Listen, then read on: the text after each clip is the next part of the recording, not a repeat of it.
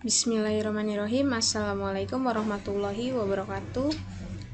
Kembali lagi di mata kuliah biostatistik. Kali ini kita akan membahas tentang penyajian data setelah kemarin kita belajar tentang bagaimana caranya untuk mengumpulkan data. Setelah data itu terkumpul, kemudian kita olah data tersebut dan kita sajikan agar data tersebut lebih bermakna, ya.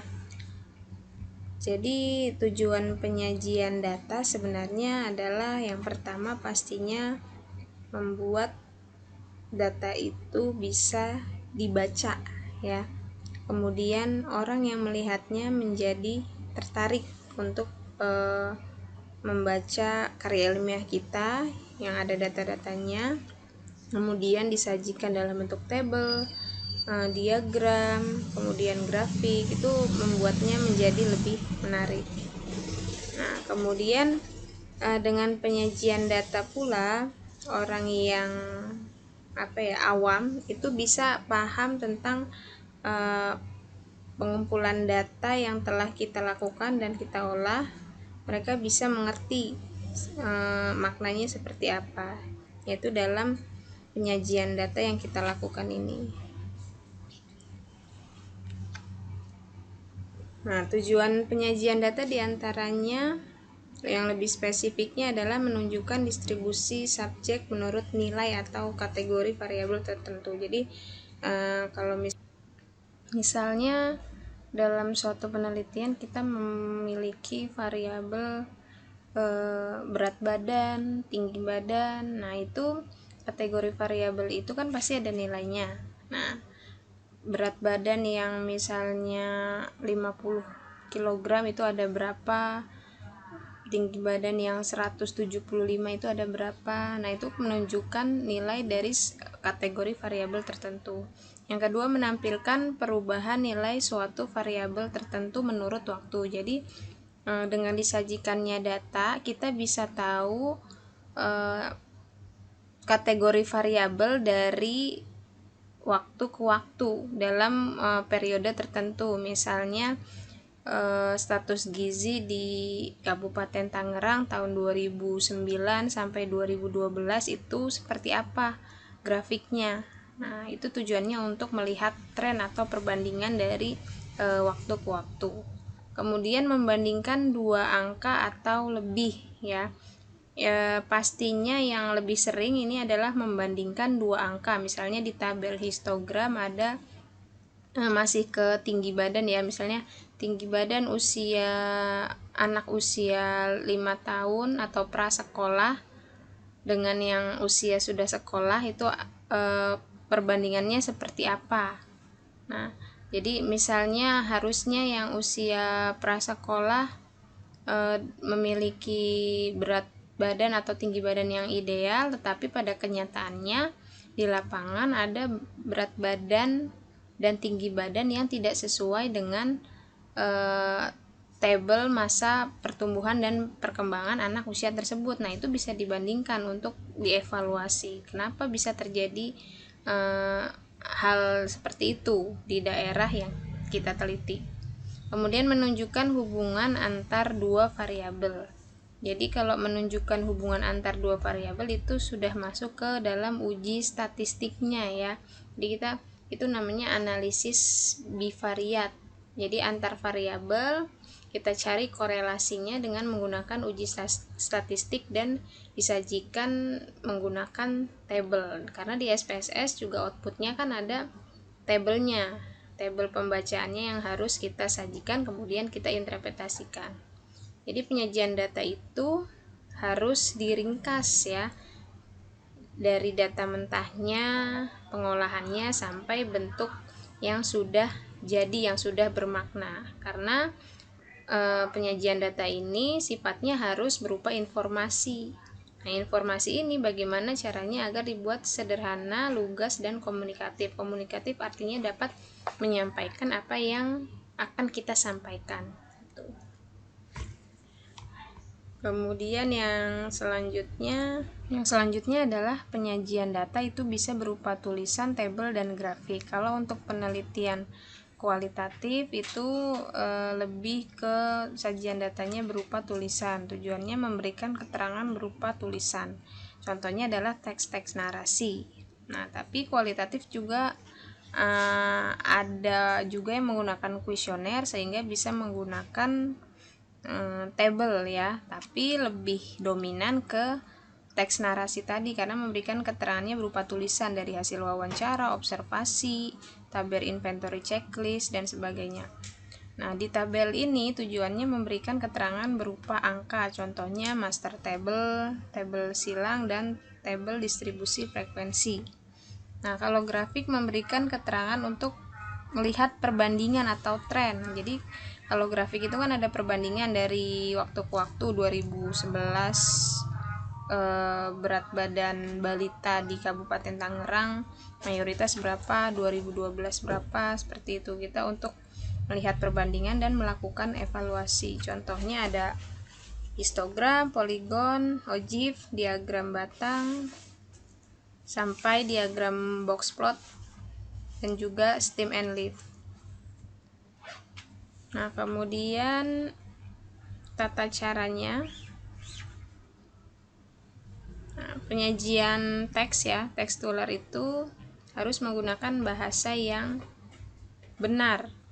Jadi bahasa yang baku sesuai dengan kaidah. Kemudian tekstuler itu harus ringkas tetapi menggunakan kalimat efektif ya. Jadi kalimat efektif sudah dipelajari di materi bahasa Indonesia semester 1 ya. Bagaimana cara menggunakan kalimat efektif dengan penghematan kata, kesejajaran kata, menghindari makna yang ambigu. Nah, menghindari makna yang ambigu ini menghindari persepsi yang berbeda antara kita sebagai peneliti dengan pembaca gitu. Paragrafnya mengandung tema, data, dan opini. Nanti ada contohnya. Kemudian kalau penyajian secara grafik, nah itu tadi kan ada histogram, diagram garis, diagram box plot, diagram pencar atau tebar ya. Kemudian penyajian tabular atau table, judulnya itu harus lengkap ya. Jadi untuk menggambarkan bahwa tabel tersebut itu akan menginformasikan tentang apa. Di tabel ini ada badan tabel yang terdiri dari variabelnya apa, distribusi frekuensi atau nilainya, distribusi proporsi, persennya, atau kita ingin menguji hubungan antar dua variabel, yaitu uji statistik jika dibutuhkan. Kemudian gunakan desimal seperlunya. Desimal itu yang 0,51 ya. Kemudian 3,72, jadi gunakan desimal seperlunya.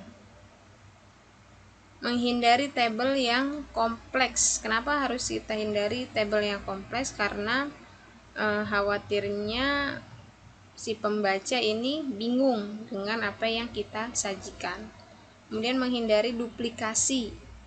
Tabel diikuti dengan grafik dan teks. Misalnya duplikasi ini maksudnya kita sudah bikin tabel pada data perkembangan berat badan balita dari tahun ke tahun. Kita sudah bikin tabel tapi kita masih membuat grafik dan teks. Jadi dalam penyajian data itu pilih saja salah satu yang mau dibuat, itu mau dibuat tabel, grafik, atau tekstuler gitu. Disesuaikan dengan pendekatan penelitiannya. Nah, kemudian penyajian dalam bentuk tulisan, tujuannya ini memberikan keterangan dari keseluruhan prosedur yang kita jalankan. Prosedurnya seperti apa, kemudian hasil yang kita dapatkan seperti apa, hingga mendapatkan kesimpulan ya. Gitu. Tidak dapat mencakup banyak gambaran statistik karena tidak efektif. Jadi dia lebih ke naratifnya ya. Contoh kurang tepat seperti teks di bawah ini menyajikan angka dengan teks. Contohnya di DKI Jakarta dibagi menjadi 5 daerah: barat, timur, selatan, utara. 4 ya. Barat, Jakarta Barat, itu terdiri dari berapa kilometer persegi, Jakarta Timur berapa kilometer persegi, dan Jakarta Selatan berapa, sampai Jakarta Utara berapa. Jadi menyajikan angka dengan teks itu kurang tepat, lebih tepatnya dengan misalnya grafik gitu, itu lebih tepat, atau histogram, diagram pie gitu. Contoh penyajian teks ini contohnya ya. Timbulan sampah di Kabupaten Tangerang masih sangat tinggi dari tahun ke tahun. Nah, itu kan tema ya. Dibuktikan dengan apa? Pada tahun 2017 menurut Bupati Tangerang Zaki Iskandar, sampah di Kabupaten Tangerang mencapai 1.200 ton per hari.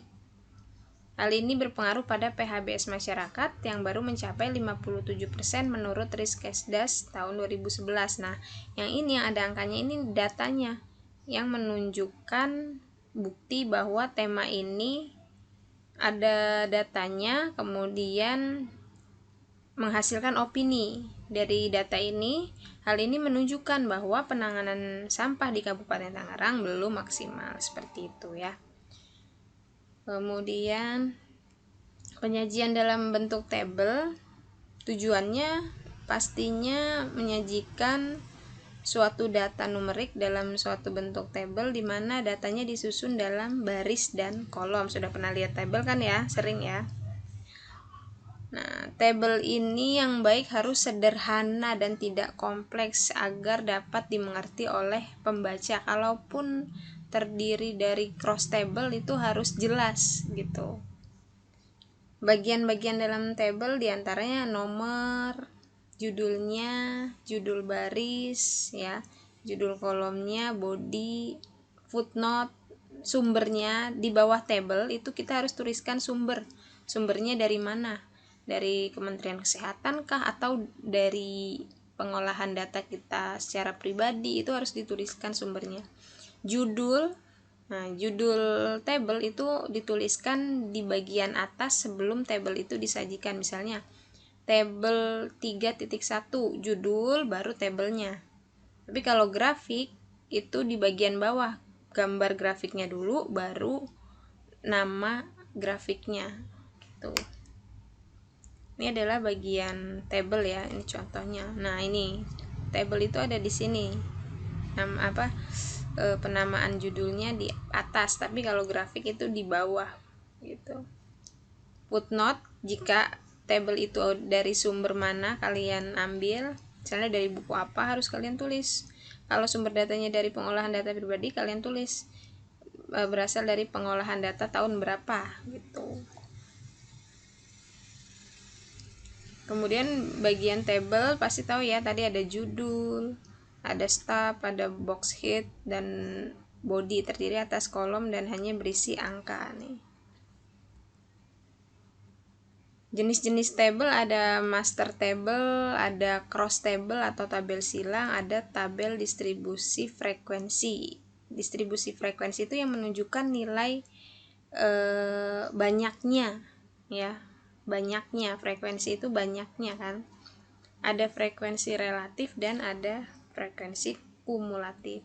Nah, ini adalah contoh tabel induk. Kemudian tabel distribusi frekuensi, misalnya yang berat badannya 3 kilo, ternyata ada 2 bayi nih. 2 bayi ini kalau diubah dalam frekuensi relatif 8%. Dari mana rumusnya? 2 jumlah bayi, frekuensinya 2 dibagi jumlah total 25 dikali 100%. Hitung pasti 8 hasilnya. 28% dari mana? 7 dibagi 25 dikali 100%. Ini 10 kali 25 dibagi 100%. Dikali 100%. Itu ya. Nah, ini adalah kumulatifnya. Nah, kumulatif itu seperti apa? Ini kan tadi frekuensinya sudah, yang 3 kilo 2, yang 4 kilo 7 orang, yang 5 10 orang, 6 5 orang, 7 sampai 8 1 orang. Nah, ini 2 9 19 dari mana? 2 ditambah 7 9. 9, tadi kan ini 9 ditambah 10, 19. 19 tambah 5, 24. 24 tambah 1, 25 gitu ya. Teknik pembuatan tabel ini nanti harus ada judulnya pastinya ya. Judulnya itu harus menggambarkan isi tabel secara jelas. Jangan judulnya frekuensi berat badan tapi isinya tinggi badan, jangan sampai seperti itu. Kemudian baris dan kolomnya itu sama tadi. Baris dan kolomnya harus memiliki judul yang jelas, ukurannya dicantumkan, misalnya tinggi dalam sentimeter gitu ya. Tinggi kan pasti dalam sentimeter, terus berat dalam apa satuannya, kemudian apakah dalam persen gitu, harus dituliskan satuannya. Catatan kaki, jika yang ini yang digaris bawahi, jika data bukan dari data primer, sumber data sudah dicantumkan apa belum, ini penting, harus dicantumkan agar tidak diklaim sebagai plagiasi. Kalau pembuatan grafik sebenarnya sama dengan tabel, harus ada ini ya, judul yang jelas, terus isi grafiknya itu menggambarkan subjek, tempat atau waktu gitu. Kemudian di grafik itu kan ada aksisnya, harus ini kan kalau grafik itu kan sebenarnya turunan dari tabel juga ya. Jadi yang ada pada, misalnya kita membuat tabel tapi mau dibuat grafik, sebelumnya kan pasti ada tabelnya dulu, jadi harus jelas digambarkan label pada aksis tersebut. Tuh, skalanya juga harus jelas, apakah mulainya dari 0 atau dari berapa gitu ya. Sumbu X-nya dan Y-nya dimulai dari 0 tadi ya, seperti yang sudah dijelaskan sebelumnya. Jadi skala aksisnya itu harus jelas. Nah, ini adalah contoh-contohnya ya, tabel metrik baris dan kolom. Yang diperhatikan pasti adalah keakuratannya. Ini diagram batang, diagram lingkaran, biasanya daerah ya. Jakarta Utara penduduknya berapa, Jakarta Timur berapa. Kartogram, diagram garis, batang dan daun, diagram pencar, scatter plot ya. Nah, untuk membuat distribusi frekuensi ini ada contohnya ya. Ibu berikan contohnya. Berikut adalah 30 data berat badan anggota suatu gimnasium dalam kilogram. Jadi yang ikut nge-gym nih ada 30 orang, buatlah tabel distribusi frekuensinya.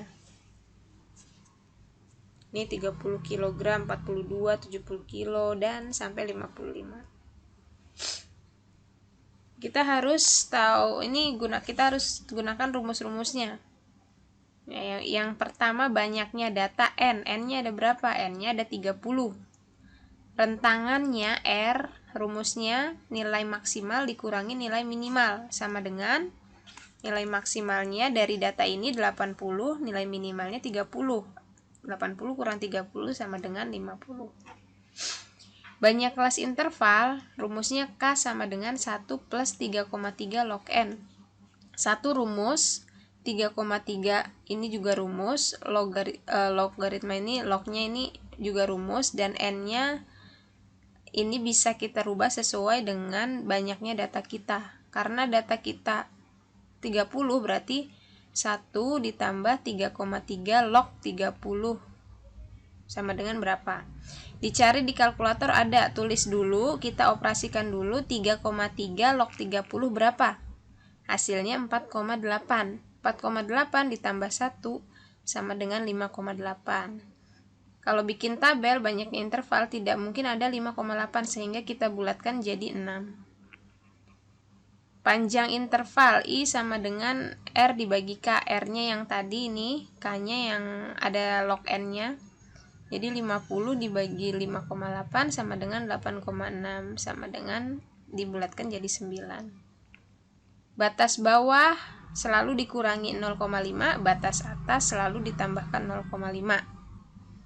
Kalau tanda kelas, jumlah interval dibagi 2. Nanti contohnya langsung ya di slide berikutnya. Frekuensi absolut, banyaknya orang yang beratnya 30-38. Frekuensi kumulatif FR, frekuensi relatif itu dalam bentuk persen yang tadi. Nah, ini langsung saja ya.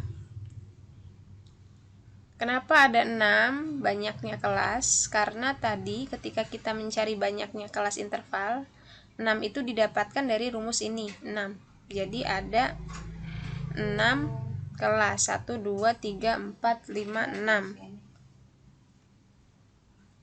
Ada 6 ya, 6 itu dari rumus. Kemudian panjang interval itu 9. 9 itu untuk apa?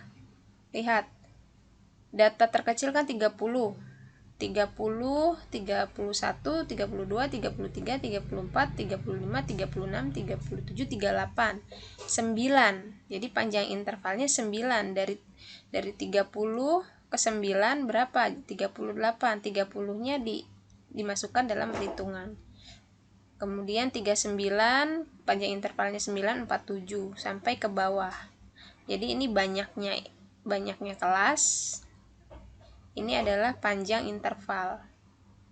Batas kelas tadi Bu bilang bahwa batas bawah selalu dikurangi 0,5, batas atas juga ditambah 0,5. 30 kurang 0,5 29,5. 38 tambah 0,5 38,5. Gitu ya. Tanda kelas ini hasil pembagian antara 30 ditambah 38 dibagi 2 sama dengan 34. Sama sampai ke bawah seperti itu. Frekuensi absolut, ternyata orang yang memiliki berat badan 30 sampai 38 itu ada 4 orang. Nah, ada 4 orang. Yang 39 sampai 47 ada 8 orang. Diubah ke dalam persen. Bagaimana caranya? Caranya frekuensi dibagi jumlah total dikali 100. 4 dibagi 30 kali 100, hasilnya ini. 8 dibagi 30 kali 100, hasilnya 2,6,67. 7 dibagi 30 kali 100, 23,33 dan seterusnya. Kalau sudah seperti ini bisa dijadikan sebagai histogram atau pie gitu ya. Ini 34, 43, ini dari tanda kelas. Nilai tengah, tanda kelas itu nilai tengah ya. Nah, ini. Bisa juga dalam bentuk poligon distribusi frekuensi berat badan. Oke, seperti itu ya. Nanti setelah ini ada latihan soal membuat tabel distribusi frekuensi dari data seperti ini hingga menjadi seperti ini. Tuh ya. Terima kasih atas atensinya, perhatiannya, sudah menyimak dan mencatat materi tentang penyajian data pada kali ini. Semoga bermanfaat. Wassalamualaikum warahmatullahi wabarakatuh.